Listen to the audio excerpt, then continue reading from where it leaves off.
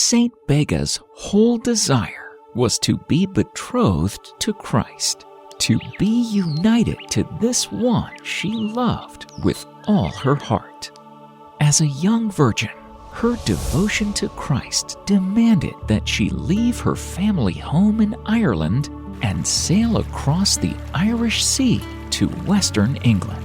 That's scary for a young woman, likely a teenager. The legend of Saint Bege of Bees opens with a princess in Ireland who is the daughter of a powerful king in Ireland.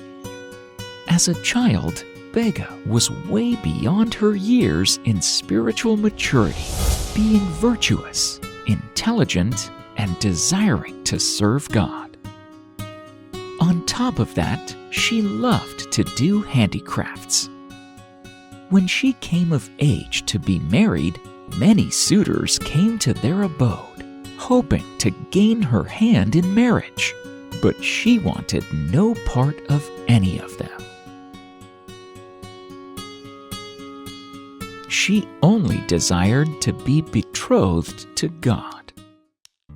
One day, an angel was sent to Bege with an arm ring with a cross etched on it. That sealed this divine betrothal between she and God. In the meantime, the son of the King of Norway heard about her and sent an envoy to ask for her hand in marriage.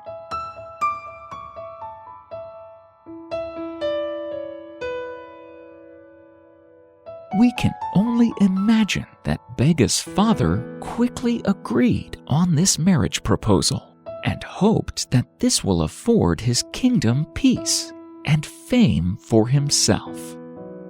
A huge and lavish party was provided for the Irish and Viking guests who arrived for this important wedding.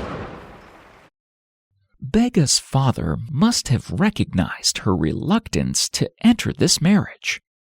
So he locked all the doors in the palace, and the strongest men of the area guarded the entrances and exits.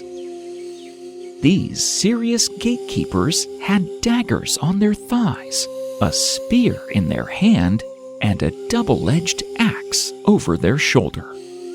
Bege's father was going to ensure that this royal marriage was going to happen. While the wedding guests were wildly partying, Bege was furtively praying. In response to her prayer, a voice tells her to run for it while everyone is drunk and that a boat is waiting at the shore for her.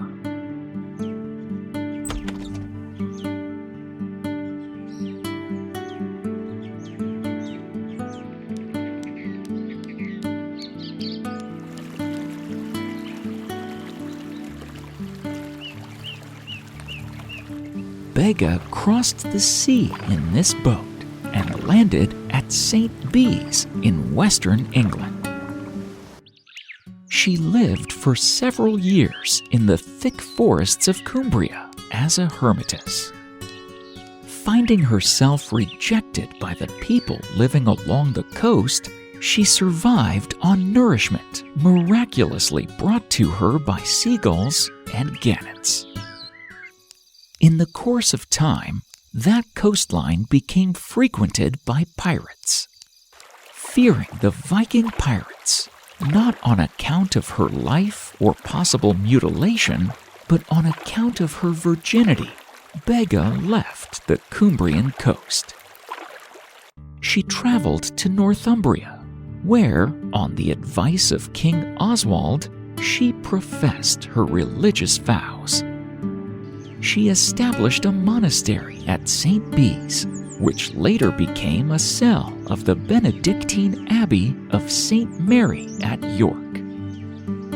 The people there came to revere her for her goodness and kindness, and she is still venerated in Northumbria and Scotland today. In the 12th century, her body was discovered and transferred to Whitby Abbey. Over the next 100 years, A series of 9 Bega-related miracles took place in Cumbria. Saint Bege is associated with a number of miracles, the most famous being the snow miracle, which is described in the life of Saint Bege. Ranulf Le Machine, a local landowner, fell into a dispute with the monks about boundaries. On the day the bounds were to be settled, snow fell everywhere around, except for the headland at Saint Beges, where the priory lay. Anyone who lives near any British coastline, never mind Saint Beges, will know that it's not that unusual for a strip of land near the sea to escape the worst of the weather.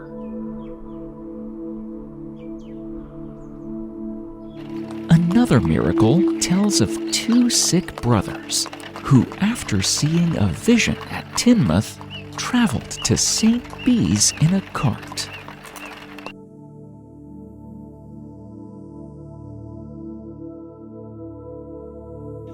They were healed, and when they left the cart behind in thanksgiving.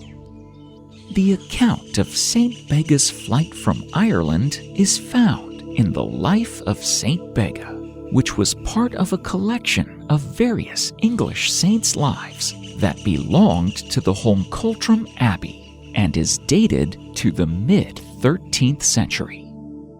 O Christ, may our hearts and our minds be like Bege's, centered upon you.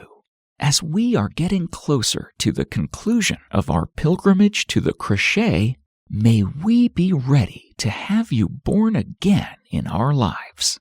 Amen.